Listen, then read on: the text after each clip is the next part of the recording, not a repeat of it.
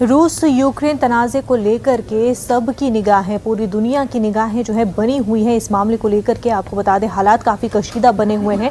रूस के हमले के बाद यूक्रेन में हालात काफ़ी कशीदा नज़र आ रहे हैं। अफरा तफरी का माहौल यूक्रेन में देखने को मिल रहा है। कीव समेत दीगर शहरों से लोग महफूज मकामात को मुंतकिल हो रहे हैं। इस बीच दावों का सिलसिला भी जारी है। रूस ने यूक्रेन के एयरबेस समेत फ़ज़ाई और दिफाई तंजीबात को निशाने बनाने का दावा किया है। रूस ने आम शहरियों पर हमले की तरदीद की है। रूसी हमले में कुछ हलाकतों की भी खबर है। उधर यूक्रेन ने भी रूस से 5 लड़ाका तैयारों को मार गिराने का दावा किया है। ताहम वजारत दिफा ने यूक्रेन की कार्रवाई की तरदीद की है। यूक्रेन में मार्शल लॉ का निफाज किया गया, फ़ज़ाई खदमात भी मुअत्तल कर दी गई है।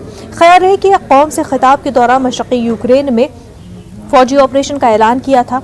पुतिन ने मशरक़ी यूक्रेन के फौजियों से हथियार डालकर घरों को जाने का हुक्म दिया था कहा था।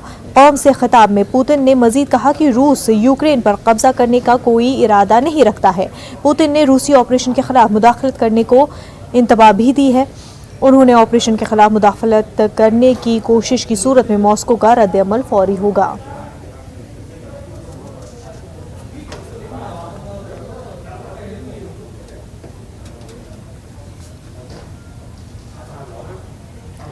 रूस की ताज़ा कार्रवाई पर अमरीकी सदर जो बाइडन ने अपने रद्द-ए-अमल का इजहार किया है। उन्होंने रूसी हमले को बिला इश्तियार और बिला जवाज़ करार दिया है।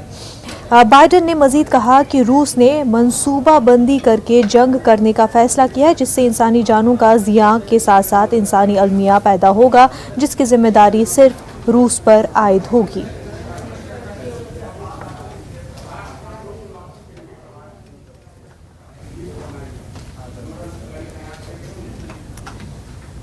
तो नाजरीन, आपको बता दें कि रूस और यूक्रेन के हवाले से हालात काफ़ी कशीदा बने हुए हैं। वहीं 20,000 के करीब हिंदुस्तानी सिटीजन्स भी मौजूद है यूक्रेन में, जो वहाँ पर तालीम हासिल कर रहे हैं। हालांकि पहले से ही हिंदुस्तानी सरकार ने, हुकाम ने ये एडवाइजरी जारी की थी कि जो भी स्टूडेंट्स यूक्रेन में मौजूद है वो वापस लौट आएँ। अब जबकि हवाई खदमात मुअत्तल है यूक्रेन में, ऐसे में और भी ज़्यादा हालात जो है कशीदा नज़र आ रहे हैं। लेकिन हिंदुस्तान ने पहले ही कहा था कि उनकी प्रायोरिटी अपने सिटीजन्स हैं जो वहाँ पर यूक्रेन में मौजूद है।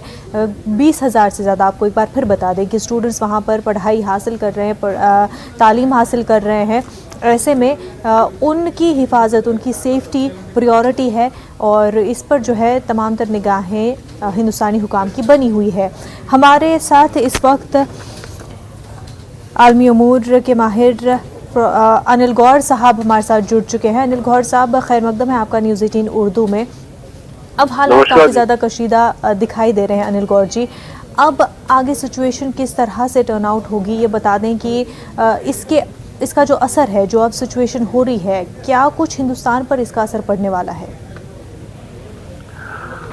देखिए, इसमें 2-3 बातें हैं जो बहुत अहम है। सबसे पहली बात तो ये है कि जो ये जंग अगर आज और आने वाले, मैं कहूँगा 24 से 48 घंटे के अंदर, यूक्रेन के जितने सैनिक, जो ये दोनों प्रोविंसेस हैं जो रशिया ने इंडिपेंडेंट, जिनकी डिक्लेरेशन को एक्सेप्ट कर लिया है और उनको 2 नेशंस मान लिया है, अगर उसमें से नहीं निकालते हैं तो जंग और बढ़ेगी।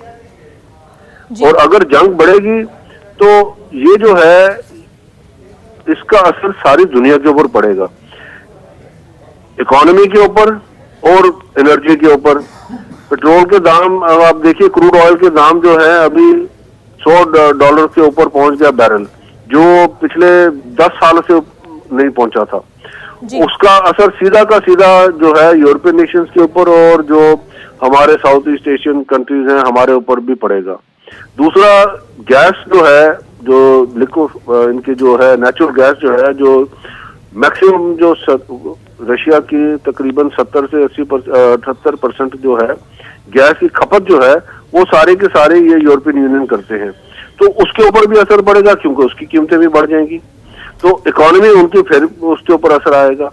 तीसरी और जो बड़ी अहम बात वो ये है कि इसमें यूक्रेन को एक चीज बड़े अपने जहन में रख लेनी चाहिए कि ना तो नेटो देश और ना ही अमेरिका वहां अपने सैनिक भेजने वाला है या उसके अंदर वो उसके अंदर सैनिक तौर से इंटरवेंशन करेगा, क्योंकि वो नहीं चाहते कि डायरेक्ट कन्फ्रंटेशन रशिया के साथ हो।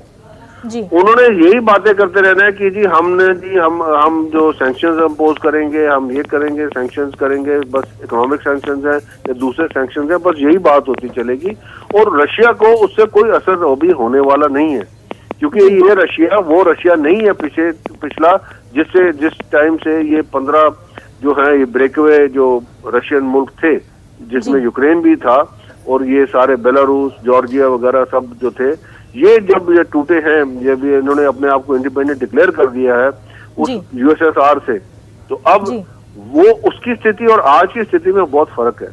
जी आज रशिया इकोनॉमिकली भी बहुत मजबूत है, 600 से 700 बिलियन डॉलर का उसका फॉरेन एक्सचेंज रिजर्व है, उसकी जो इकोनॉमी जो उसका जो खपत मतलब सॉरी जो उसकी गैस और पेट्रोलियम का तो मैंने बता दिया आपको, उसका बाकी भी जो है जो आर्म्स वगैरह है एक्सपोर्ट होते हैं और उसके बाकी जो चीजें हैं उससे भी उसको फॉरेन एक्सचेंज वो जो कमा रहा है, तो उसको ज्यादा असर नहीं पड़ने वाला।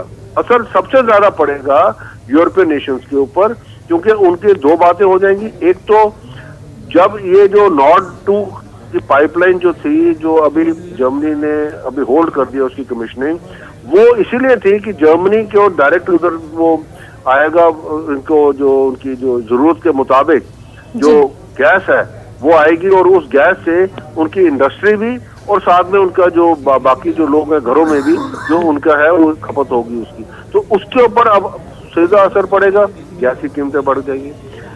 अब अमेरिका जो है वो सिर्फ यही करता रहेगा कि भाई हम सैंक्शन इम्पोज करेंगे, हम ये करेंगे, पर इसमें एक चीज देखिए, सबसे बड़ी बात जो हमें हिंदुस्तान के लिए है, हिंदुस्तान के लिए अब बहुत मुश्किल हो गई है, क्योंकि हिंदुस्तान को एक बहुत वो कहते हैं ना टाइट रोप वॉकिंग करनी है, क्योंकि एक तरफ जो है रशिया है, दूसरी तरफ अमेरिका है, दोनों के साथ हिंदुस्तान के रिश्ते जो है बहुत अच्छे हैं। रशिया के साथ तो आपको पता है पुराने संबंध हैं हमारे, और रशिया हमेशा हमारे साथ खड़ा रहा है, और अब नए संबंध बन गए हैं अमेरिका के साथ, क्वाड वगैरह के साथ, और चाइना को देखते हुए अब वो ज्यादा घनिष्ठ हो गए हैं। तो हिंदुस्तान के लिए काफी मुश्किलात है इकोनॉमिकली भी, क्योंकि पेट्रोलियम जो है प्रोडक्ट और पेट्रोलियम हमारा जो सारा इंपोर्ट होता है सबसे ज्यादा से ज्यादा, और जैसे जैसे कीमतें बढ़ती रहेंगी हिंदुस्तान के लिए मुश्किल रहेगी। और अब जो है हमारे, मैं तो यही कहूंगा कि हमारे जो प्रधानमंत्री हैं मोदी जी, उनका बहुत अच्छा एक अपना 1-to-1 जो कहते हैं जो रिलेशनशिप है पुतिन जी के साथ भी और बाइडेन के साथ भी बहुत अच्छा एक रिलेशनशिप है। इनको अब अपना जो है डिप्लोमेटिकली जो है इनके साथ 1-to-1 बात करके इस सारे मसले को हल कराना चाहिए, और हल ये तभी होगा कि जब जितना ये जो दोनों ममालिक जो अभी इंडिपेंडेंट डिक्लेयर किया, जिन्होंने ये तो 2014 से उन्होंने किया हुआ था, पर जिसको अब रशिया ने मान्यता दी, यहाँ से जो है यूक्रेन अपने फोर्सेस हटा ले तो ये सारा का सारा मामला जो है बिल्कुल खत्म हो जाएगा। अगर नहीं हटाएगा तो आगे एस्केलेशन होगी इसकी, और इसकी जो एस्केलेशन है वो यूक्रेन के लिए ही प्रॉब्लम देगी, बाकी किसी मुल्क को असर नहीं होने वाला ज्यादा, क्योंकि किसी ने भी वहां आके अपने जो सोल्जर्स हैं या अपने जो दूसरी चीजें हैं वहां डालनी है।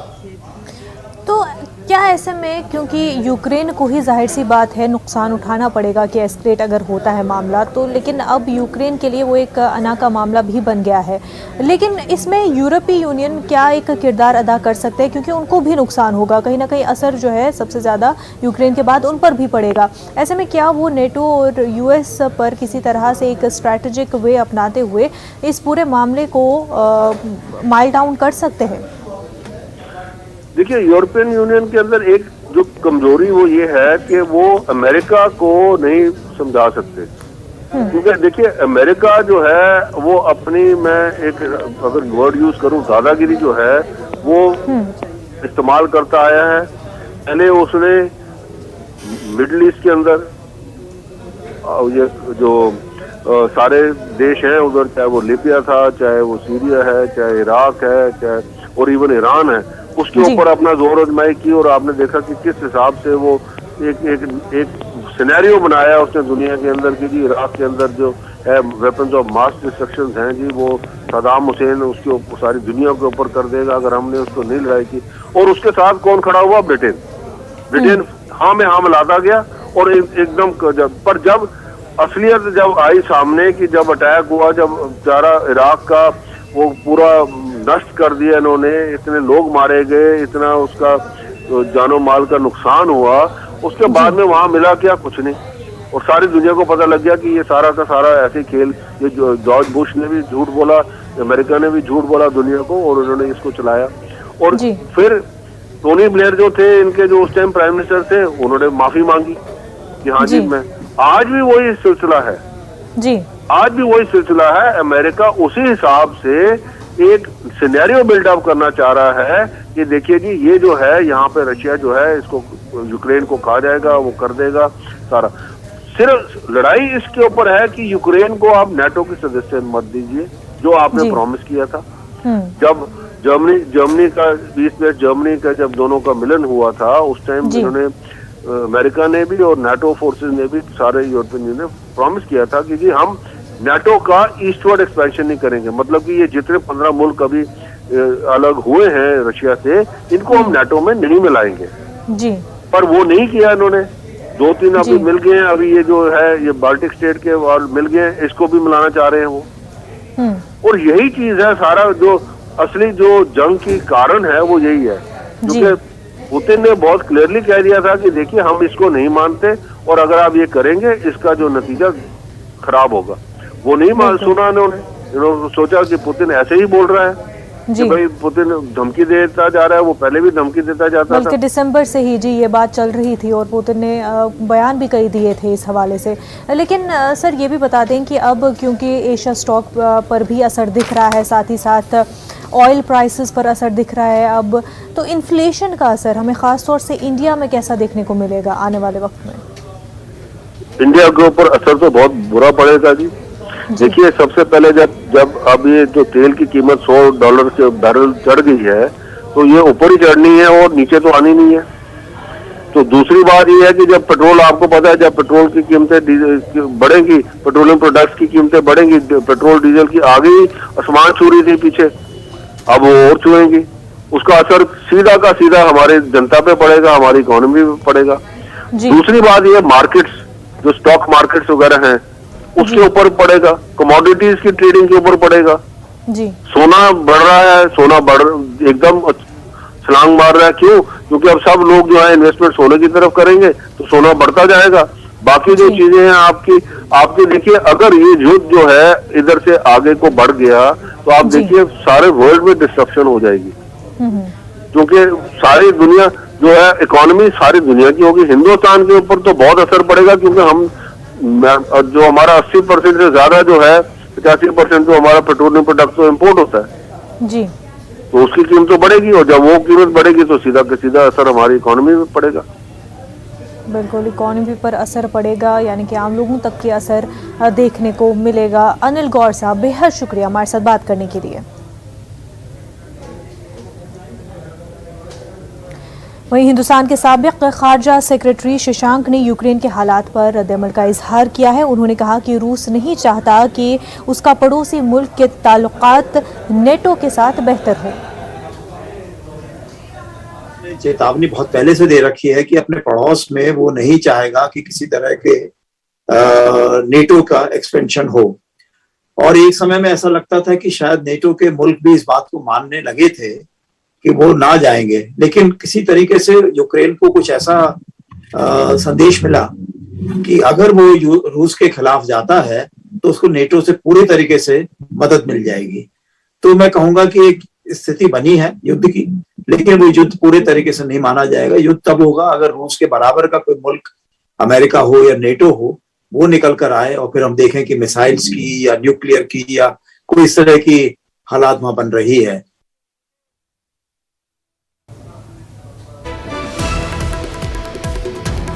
इस वक्त की बड़ी खबर आपको बता दें, दिल्ली से ये बड़ी खबर है। यूक्रेन की सूरत हाल पर वजारत खारजा की मीटिंग हुई।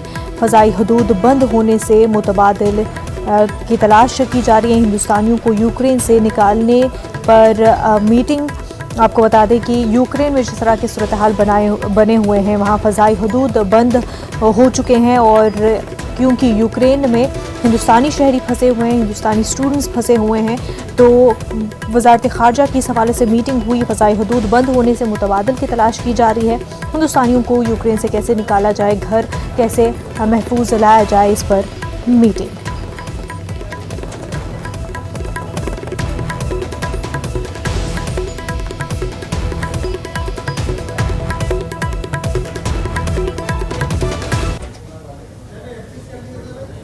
एक छोटा सा ब्रेक लेंगे, जल्द होंगे हाजिर।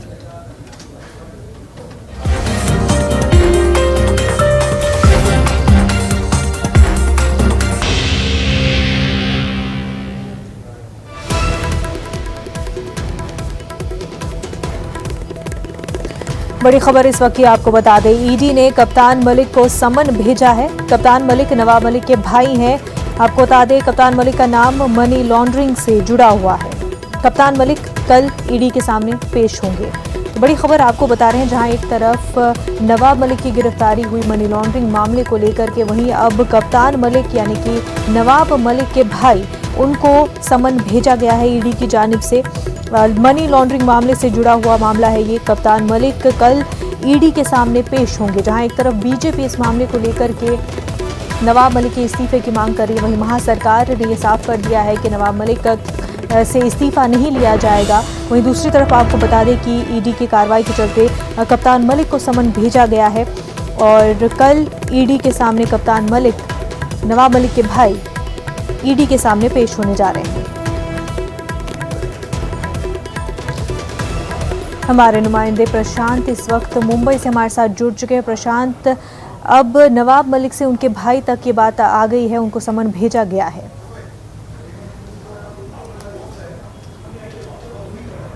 जी बिल्कुल, देखिए ईडी की तरफ से जो कार्रवाई की प्रक्रिया है वो तूल पकड़ती नजर आ रही है। हमने देखा था कि नवाब मलिक के जो गिरफ्तारी कल किस तरह से हुई। सवेरे सवेरे ईडी के अधिकारी नवाब मलिक के घर जाते हैं, वहाँ से उनको अपने दफ्तर में लेके आते हैं। 7-8 घंटे की पूछताछ की प्रक्रिया के बाद उनकी गिरफ्तारी दिखा देते हैं। यानी कुल मिलाकर देखा जाए, मनी लॉन्ड्रिंग और हवाला और अंडरवर्ल्ड का जो कनेक्शन है उसकी जाँच कर रही ईडी अब नवाब मलिक के बाद उनके भाई को जो है समन भेजा है। कल उनको किसी भी वक्त जो है ईडी दफ्तर में देखा जा सकता है।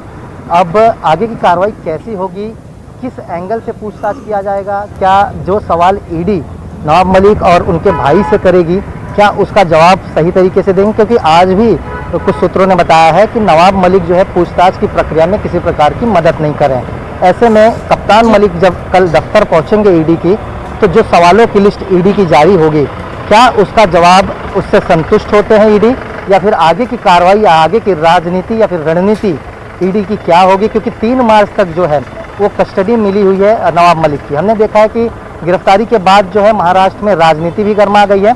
महाराष्ट्र सरकार जो है एक तरफ है तो दूसरी तरफ बीजेपी खड़ी हो चुकी है। बीजेपी का साफ तौर पर कहना है कि जिनका अंडरवर्ल्ड से लिंक है, जो हवाला ऐसे मामलों में गिरफ्तार हुए हैं, उन्हें सरकार में नहीं बैठना चाहिए, इस्तीफा देना चाहिए। वहीं महाराष्ट्र सरकार इस बात की पुष्टि नहीं कर रही और साफ तौर पर यह कह रहे हैं कि इस्तीफा नहीं दिया जाएगा। ये बदले की राजनीति है, बदले की भावना से कार्रवाई करवाई गई है। ऐसे में अब देखना होगा कि कल जब एक बार फिर नवाब मलिक के भाई ईडी दफ्तर पहुंचेंगे तो क्या कुछ पूछताछ होती है, आगे की कार्रवाई किस तरह से ईडी की बढ़ती है, देखने वाली बात होगी। बिल्कुल प्रशांत, बेहद शुक्रिया तमाम तफसीलात के लिए। एक और बड़ी खबर इस वक्त की आपको बता दें, हिजाब मामले को लेकर के बड़ी खबर है। कर्नाटक में हिजाब के लिए मुस्लिम लड़कियों का मुतालबा लगातार जारी है। हिजाब के हवाले से मुस्लिम लड़कियां लगातार मुतालबा कर रही हैं। हिजाब पहनना उनका हक है, ऐसा मुतालबा कर्नाटक में मुस्लिम तालिबात कर रही हैं। आज भी चंद मकामात पर हिजाब के लिए तालिबात ने इजाज़त तलब की है। उडुपी के MGM कॉलेज का ये मामला है। बड़ी खबर आपको बता रहे हैं, उडुपी के MGM कॉलेज से जुड़ा हुआ ये मामला। आज भी चंद मकामात पर हिजाब के लिए तालिबात ने इजाज़त तलब की है। कर्नाटक में हिजाब के लिए लगातार मुस्लिम तालिबात मुतालबा कर रही हैं, क्योंकि कॉलेज स्कूल में हिजाब के साथ इजाज़त नहीं है और इस हवाले से मुस्लिम तालिबात अपने हक़ का मुतालबा कर रही हैं कि अगर उनको आईन ने यह हक़ दिया है तो उनसे यह हक़ छीना न जाए, बल्कि उनको स्कूल के अंदर, कॉलेज के अंदर हिजाब पहनकर ही जाने की इजाज़त दी जाए। हिजाब के हवाले से ऐसा न हो कि मुस्लिम जो तालिबात हैं उनसे पढ़ाई का हक़ न छीना जाए। तो तो आज भी चंद मकामात पर हिजाब के लिए तालिबात ने इजाज़त तलब की है। उडुपी के MGM कॉलेज का आपको ये मामला बता रही है।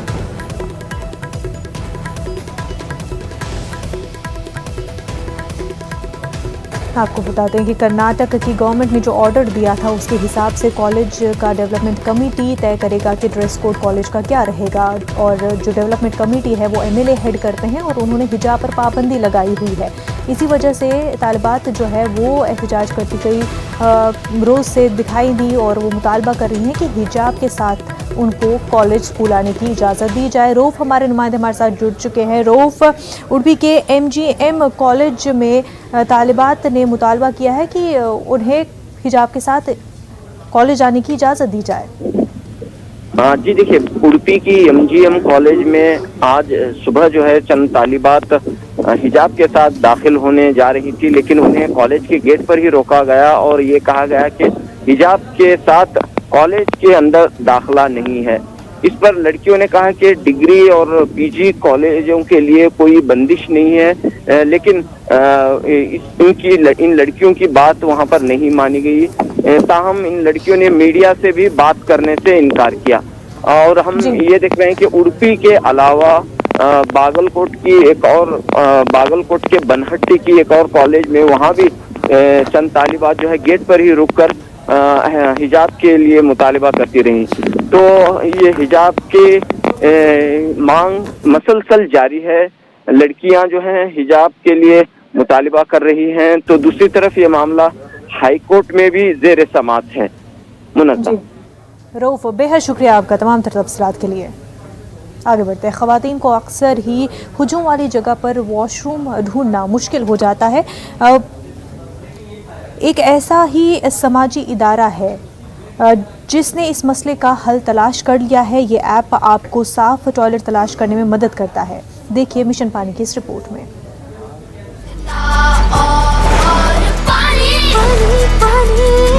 हमको बचानी है ये जिंदगानी। Finding a washroom for an urban woman is extremely difficult thing whenever they are out for work or leisure. Wulu is exactly solves this problem. Wulu is a new discovery platform that aggregates washroom in the commercial establishment like restaurants, cafes, stores or any shop for that matter. Wulu certifies them for safety and hygiene with its technology and IoT devices, and then Wulu upload them on their app with geotagging using Google Map. And whenever a lady, she downloads the app and open the app, she can easily locate a washroom nearest to her and get navigated to it. This is one part of it. After using the washroom, we have used a lot of reward point mechanism for a lady to gain a lot of reward points and use those and redeem those points on Wulu's e-commerce store, and that's the circularity of Wulu project. Powder room is a combination of washrooms. It has got a cafe and it's got a store in it, which is a women-centric product. So far, Wulu has 15,000 plus users, and each user have used the facility every month around 8 to 10 times, and that's just the beginning. Wulu have 1200 certified washrooms, WA certified washrooms in Mumbai, and we have begun our powder room journey from here. Going forward, Wulu will have 2,000 plus Wulu powder rooms and 500,000 certified washrooms across 200 cities of India. Wulu has revolutionized the way modern sanitation and hygiene access in India is concerned, and we will just say go bindas Wulu hai na. स्वच्छता और पानी हमको बचानी है ये जिंदगानी। कामयाबी हासिल करने के लिए लगन और मेहनत के साथ साथ एक्नॉलेजमेंट और एप्रिसिएशन भी एक अहम रोल अदा करता है। बायजूस यंग जीनियस सीज़न 2 में ऐसे ही सेलिब्रिटीज़ आते हैं जो बच्चों को अप्रिशिएट करते हैं, उनको एक्नॉलेज करते हैं ताकि वो मोटिवेट हो और इनकरेज हो बेहतर काम करने के लिए। देखिए report. Please welcome the former coach of the Indian men's cricket team, ace commentator and a man who I have great respect for, Ravi Shastri.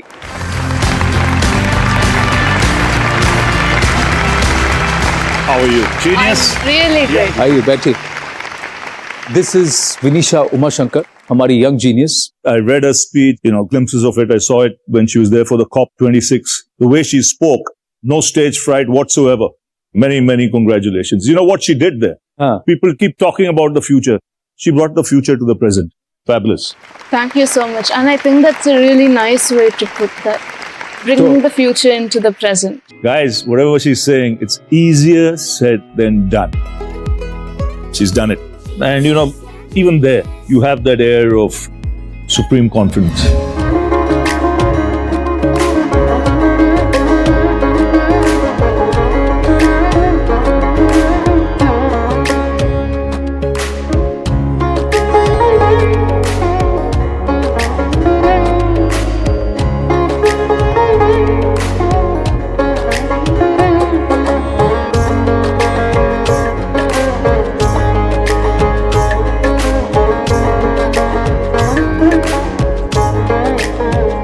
I've just heard the clip of Adhiraj and he sounds very promising. For a boy who's 13 years old and plays sitar so beautifully, I can see it in his eyes that when he plays sitar, he plays it with so much passion and so much love that this truly will be his passion and his joy for the rest of his life. But for now, he's really making his gharana very, very proud.